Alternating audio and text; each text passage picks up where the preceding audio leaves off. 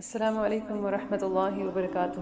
امید ہے آپ سب ایمان اور صحت کی بہترین حالت میں ہوں گی۔ اچھا جی، آج میرا ایک بہت ہی اہم سوال ہے آپ لوگوں سے، وہ یہ کہ اگر آپ کی پوری لائف پہ ایک فلم بنائی جائے، ٹھیک ہے، جس میں آپ کی زندگی کا ہر لمحہ شامل ہو، تو کیا آپ لوگوں کے سامنے، اپنی فیملی کے سامنے، اپنے پیاروں کے سامنے وہ فلم دیکھنا پسند کریں گی؟